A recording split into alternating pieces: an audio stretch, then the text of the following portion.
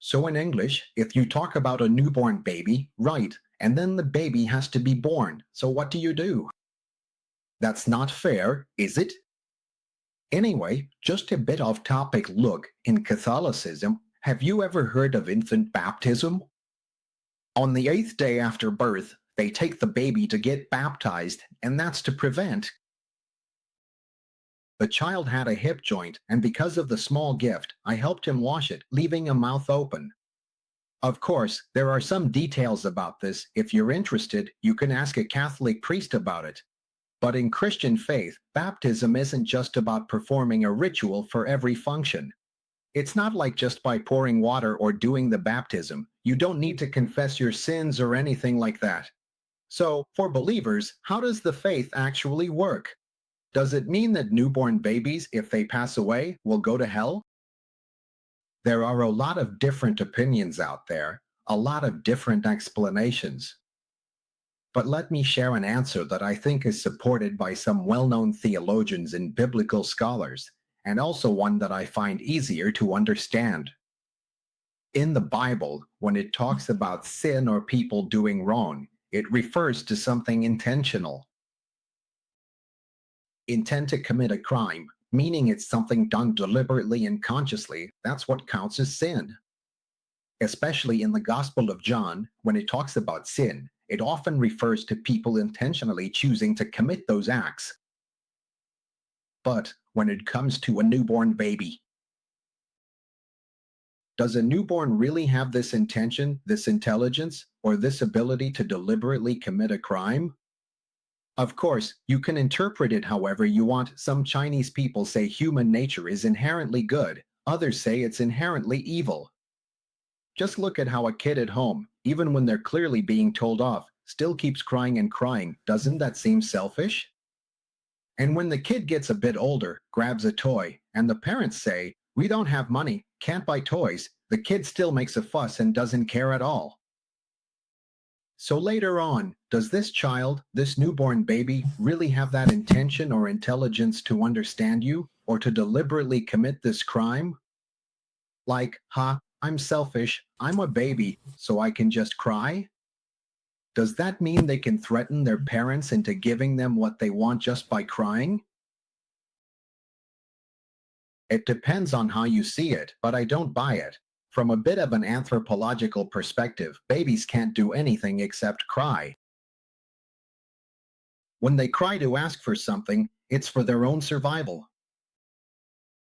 If they didn't know how to cry, I'm not talking about that first cry when they're born to take in oxygen, but if they didn't use such an intense way to express their most basic needs, people might really overlook them. For older kids, maybe they just hug their toys, you know. What can kids really have?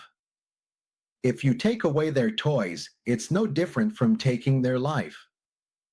For men, try scratching their car, messing with their camera, or messing up their kitchen stuff or their bag. It's like taking their life, right?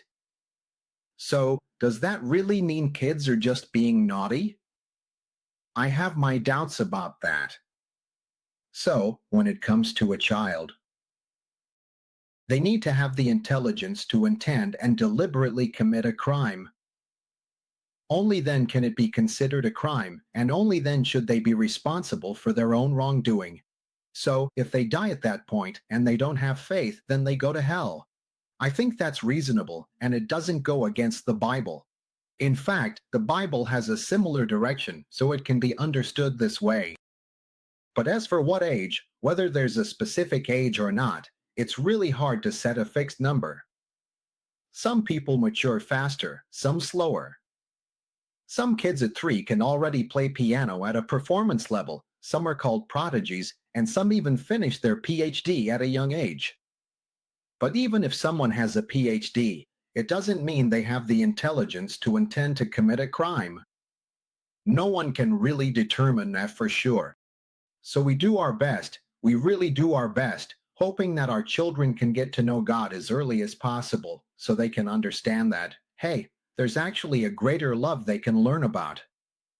And also, they should be more careful not to let their own desires or wants lead them to use bad methods, or even let excessive greed or desire push them to commit crimes or do something wrong.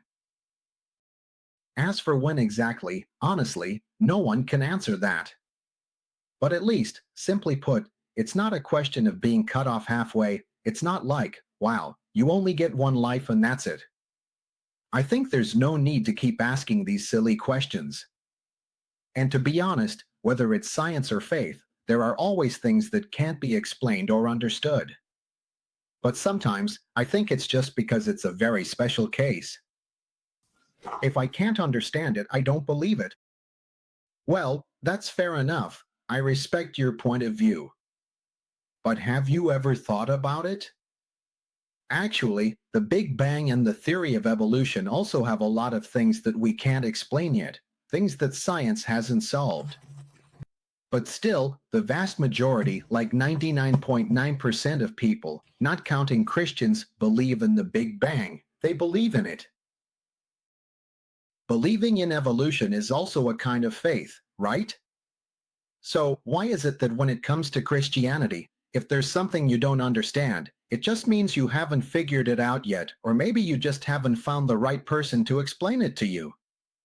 Maybe if you ask me, and you're willing to ask, I might be able to answer you and then that's sorted, right? So if you just walk away and say you don't believe, then why do you believe in science so much? Do you really understand science? Do you actually know the details behind the Big Bang and the theory of evolution? Well, you can go and look it up, or even test me on it. I'll talk about these two topics later on, because they're pretty big subjects, so we'll have to discuss them another time. But as for today's topic, whether babies really go to hell if they haven't had the chance to hear the gospel, and if that's really such a tragic thing, I hope to give everyone a new perspective, so you won't get stuck on these issues anymore, alright?